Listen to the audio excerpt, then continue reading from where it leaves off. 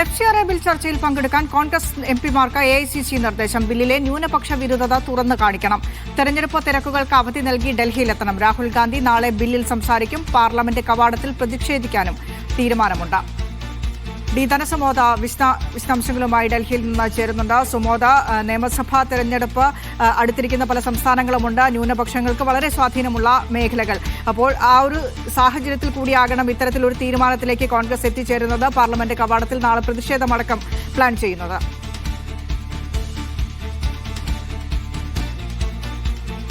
നിഷ, പ്രതിപക്ഷ അംഗങ്ങൾ ഏറ്റവും കൂടുതലുള്ളത് ബംഗാൾ, കേരളം, തമിഴ്നാട് എന്നീ സംസ്ഥാനങ്ങളിലാണ്.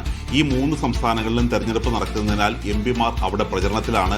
സ്വാഭാവികമായും എംപിമാരുടെ പ്രതിരോധം ഈ ബില്ലിൽ കുറയുകയും ഈ ബില്ല് പാസ്സാക്കിയെടുക്കാൻ കൂടുതൽ എളുപ്പം സർക്കാരിന് ആകുകയും ചെയ്യും. ഇത് മുൻകൂട്ടി കണ്ടുകൊണ്ടാണ് ഇപ്പോൾ CBCI എംപിമാരോട് അഭ്യർത്ഥിച്ചിരിക്കുന്നത്. തെരഞ്ഞെടുപ്പിനേക്കാൾ വലുത് നിങ്ങൾ തെരഞ്ഞെടുക്കപ്പെട്ടിട്ട് വിട്ട ജനങ്ങളുടെ ഒരു ഉത്തരവാദിത്തം കാണിക്കുക എന്നുള്ളതാണ്. അതുകൊണ്ട് തന്നെ എല്ലാ എംപിമാരും ഈ പാർലമെന്റിൽ പ്രതിരോധിക്കാൻ വേണ്ടി എത്തണം എന്നുള്ള ഒരു ആവശ്യം തന്നെയാണ് CBCI ഇന്ന് ഈ എംപിമാരുടെ മുമ്പാകെ വെച്ചത്. ഈ ആവശ്യത്തിന് വഴങ്ങിയാണിപ്പോൾ AICC പരമാവധി എംപിമാരോട് ലോക്സഭയിലെത്തണമെന്നും ഇതിൽ പ്രതിഷേധിക്കണമെന്നും ആഹ്വാനം ചെയ്തിരിക്കുന്നത്.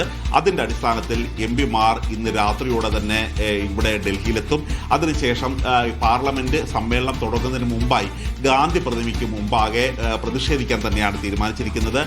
ബില്ലിൽ ഒരു കുറ്റവും താൻ കാണുന്നില്ലെന്നും എല്ലാ ക്രൈസ്തവ സഭകളുമായി ചർച്ച നടത്തിയതിനു ശേഷമാണ് മുന്നോട്ട് പോകുന്നത് എന്നുള്ളൊരു കാര്യമാണ് കേന്ദ്രമന്ത്രി വ്യക്തമാക്കിയിരിക്കുന്നത്. ഇതിലൂടെ കേന്ദ്രമന്ത്രി അറിയിക്കുന്നത് അവർ ഒരു പടി പോലും പിന്നോട്ട് പോകുന്നില്ല എന്ന് തന്നെയാണ്. അതേസമയം ക്രൈസ്തവ സഭകളുമായിട്ടും ഒരു ചർച്ച പോലും ഒരിടത്തും നടത്തിയിട്ടില്ല എന്നുള്ള ഒരു കാര്യം പറഞ്ഞുകൊണ്ട് തന്നെയാണ് CBCI ഇപ്പോൾ മുന്നോട്ട് വന്നിരിക്കുന്നത്. CBCIയും കേന്ദ്ര സർക്കാരും ഇപ്പോൾ നേർക്കുനേർ പോരാടുന്ന ഒരു കാഴ്ചയാണ് കാണുന്നത്.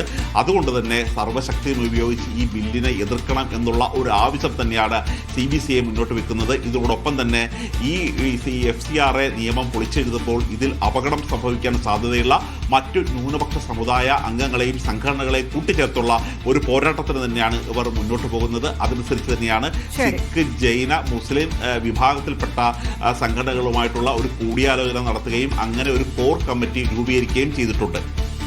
ശരി, സുമോദാണ് വിശദാംശങ്ങൾ പങ്കുവച്ചത്.